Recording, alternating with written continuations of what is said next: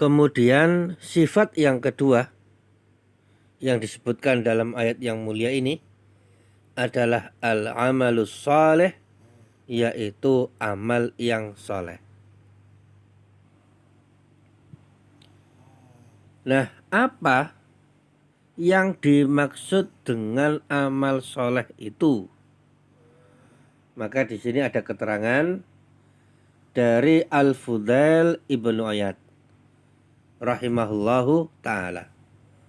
Beliau adalah salah satu dari tabi'ut tabi'in.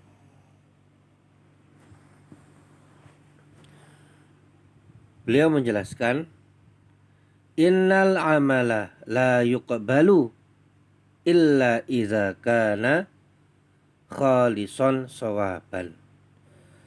Sesungguhnya amalan itu tidaklah diterima kecuali apabila amalnya itu khalis dan shawab.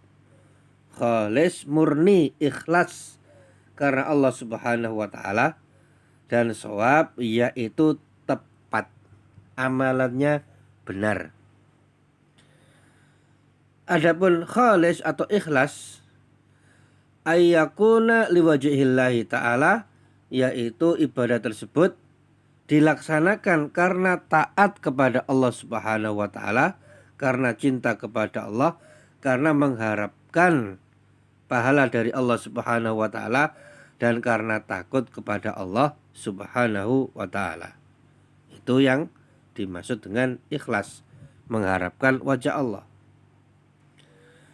Was-shawabu, nah adapun amalan yang tepat, amalan yang benar adalah ayyakuna ala sunnati Rasulillahi sallallahu alaihi wasallam, yaitu amalannya dari hati, dia itu adalah amalan yang dilakukan dengan ikhlas, kemudian perbuatannya itu berdasarkan sunnah Rasulullah sallallahu alaihi wasallam, atau kalau bahasa kita sesuai dengan tuntunan Rasulullah sallallahu alaihi wasallam.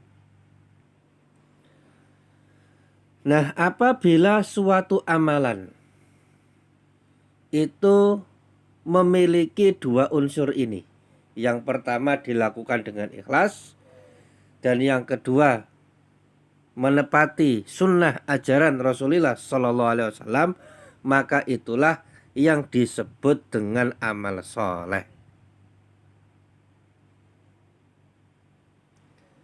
Namun kalau suatu amalan kehilangan dua hal ini, atau bahkan cuma kehilangan salah satunya saja, maka bukanlah amal yang soleh. Contoh suatu amalan yang kehilangan perihal ikhlas. Sebagai contoh, seseorang yang melakukan ibadah umroh, tata caranya persis sebagaimana diajarkan oleh Rasulullah Shallallahu Alaihi Wasallam. Sisi ini bagus. Namun ternyata niatnya yang salah. Dia melakukan umroh bukan karena mengharapkan wajah Allah, tapi ingin dipuji oleh manusia. Maka amalan ini bukanlah amalan yang soleh. Atau contoh yang lain, amalan yang ikhlas akan tetapi tidak sesuai dengan tuntunan Rasulullah Sallallahu Alaihi Wasallam, maka juga bukan amal soleh. Sebagai contoh, seorang pemuda yang begitu semangat untuk beribadah dan badannya masih segar, kuat, bertenaga, kemudian dia melakukan sholat subuh 16 rakaat misalkan, dengan alasan, kan saya masih muda, masih kuat, masa sholat subuh cuma 2, saya ingin 16 rakaat. Katakanlah dia ikhlas karena ingin mendapatkan pahala, tapi tata caranya tidak sesuai dengan Islam, tidak sesuai dengan ajaran Rasulullah SAW, maka ini bukan amal soleh. Maka yang namanya amal soleh itu harus memenuhi dua hal. Yang pertama ikhlas, dan yang kedua sesuai dengan ajaran Rasulullah Shallallahu Alaihi Wasallam.